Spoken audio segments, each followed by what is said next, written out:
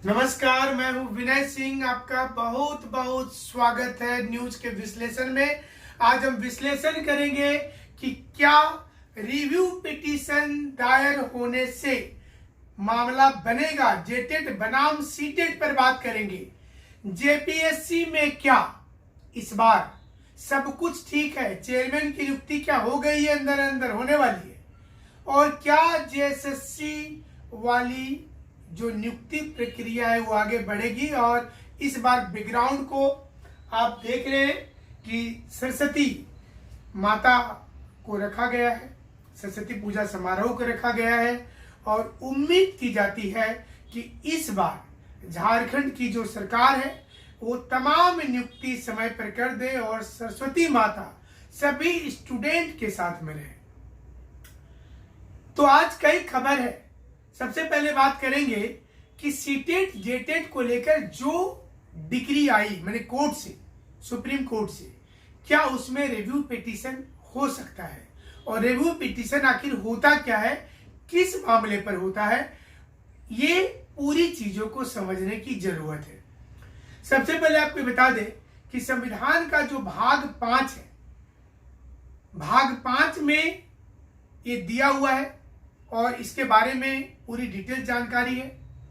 अनुच्छेद 137 में review petition की जानकारी है कि 145 आर्टिकल के द्वारा सुप्रीम कोर्ट जब कोई फैसला सुना देती है तो उस पर रिव्यू कई मायने में की जा सकती है, लेकिन मोटे तौर पर इसमें 3 चीजों को समझना है।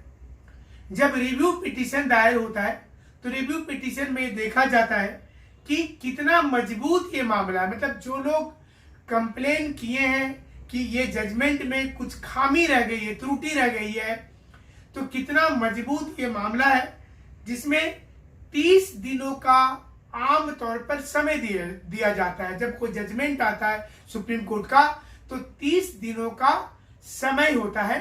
30 दिनों के अंदर ही आप रिव्यू पिटीशन को दाखिल कर सकते हैं।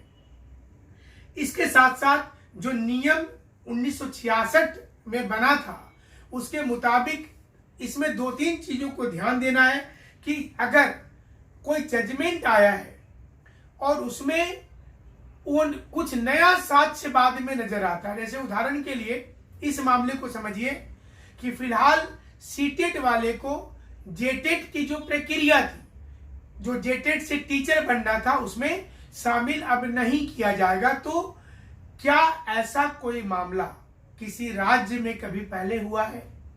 क्या उस राज्य में मौका दिया गया था?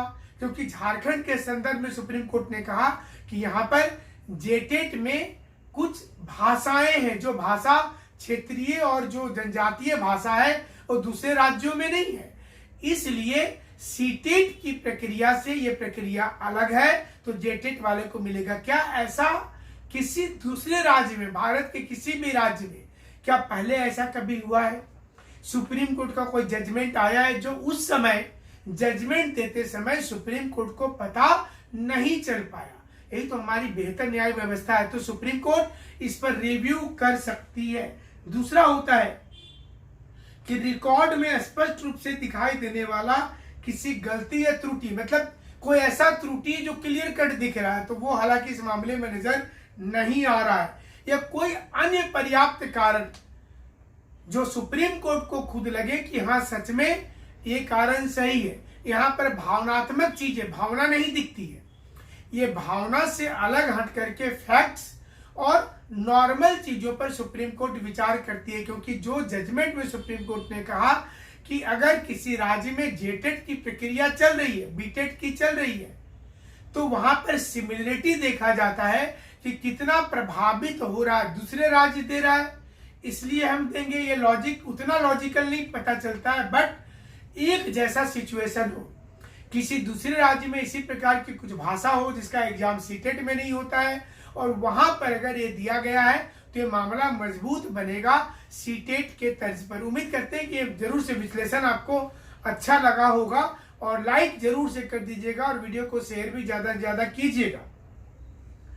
इसके अलावा अगर रिव्यू खारिज हो जाता है, जो रिव्यू पिटीशन होता है वो खारिज हो जाता है, तो फिर भी कोर्ट में एक रिक्वेस्ट पिटीशन डाला जाता है। जैसे मान लीजिए कि इस मामले पर रिव्यू पिटीशन डाला गया और वो खारिज हो गया, इसके बाद भी लोग चाहेंगे, सुप्रीम कोर्ट चाहेगी तो अपने से देख सकती है कि क्या वास्तव में उनसे कहीं पर कोई गलती हुई थी या नहीं हुई थी। ये बड़ा महत्वपूर्ण हो जाता है। और अभी तक अगर आप सोचेंगे, जैसे उदाहरण के लिए नीट वाला मामला जो 2013 में आया था, जिस पर सुप्रीम कोर्ट ने फैसला सुनाने के बाद फिर से उसके जो एडमिशन प्रक्रिया थी उस पर रिव्यू पिटीशन को एक्सेप्ट कर लिया और दोबारा रिव्यू करके पुरानी जो उन्होंने जजमेंट दिया था उसको रोक दिया। इसी प्रकार से वोडाफोन के मामले में, हालांकि उसको एजुकेशन से नहीं जोड़ेंगे, लेकिन वोडाफोन का मामला था, 2G स्पेक्ट्रम का मामला था, जिसमें सुप्रीम कोर्ट ने फिर से सुनवाई की रिव्यू पिटीशन के आधार पर। तो रिव्यू पिटीशन का जो अर्थ है वो हम समझा दिए आपको। और इसके लिए महत्वपूर्ण तथ्य ये है सब मिलाकर कि इसी प्रकार का सिमिलर मामला होना चाहिए और उसी के आधार पर रिव्यू हो सकता है। नहीं तो जेटेट में जो मामला को बताया गया है सुप्रीम कोर्ट के द्वारा कि जेटेट वाले को ही मिलेगा, जो परिमल कुमार जी की जो याचिका थी जिस पर अमितांश वत्स जिसका मामला देख रहे थे, तो वो जजमेंट को ही फाइनल मान लिया जाएगा, बशर्ते जो हमने तथ्य बताया अगर वो तथ्य कहीं रहता है तभी सीटेट वाले को बराबरी पर दिया जा सकता। पहली चीज। दूसरा, जेपीएससी को लेकर के सूचना यह है कि कुछ दिनों के अंदर में चेयरमैन की नियुक्ति हो जाएगी। ये अंदर ही अंदर संभवतः फाइनलाइज हो गया है। हम नाम की जानकारी इस वक्त नहीं बता सकते, आपको उचित नहीं होगा, लेकिन सब कुछ अब धरातल पर दिखेगा। जेपीएससी में चेयरमैन को लेकर के जो संशय था बहुत जल्द वो समाप्त होने की घोषणा हो जाएगी।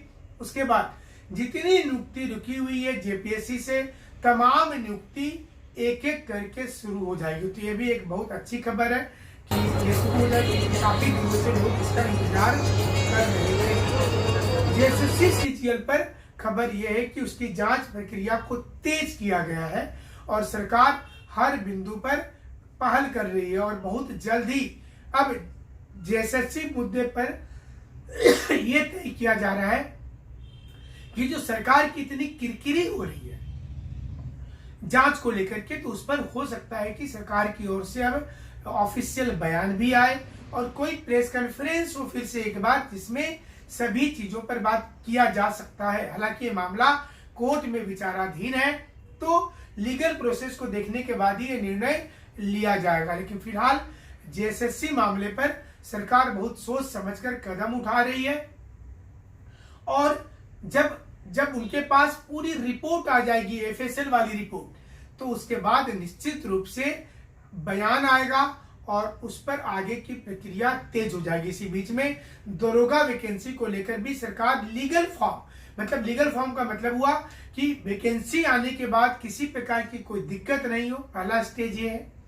दूसरा, स्थानीयता को लेकर जो विवाद हो रहा है उसमें सटीक चीजें हो जिसमें दिक्कत नहीं हो। दौड़ को लेकर जो विवाद हुआ था वो विवाद नहीं होनी चाहिए।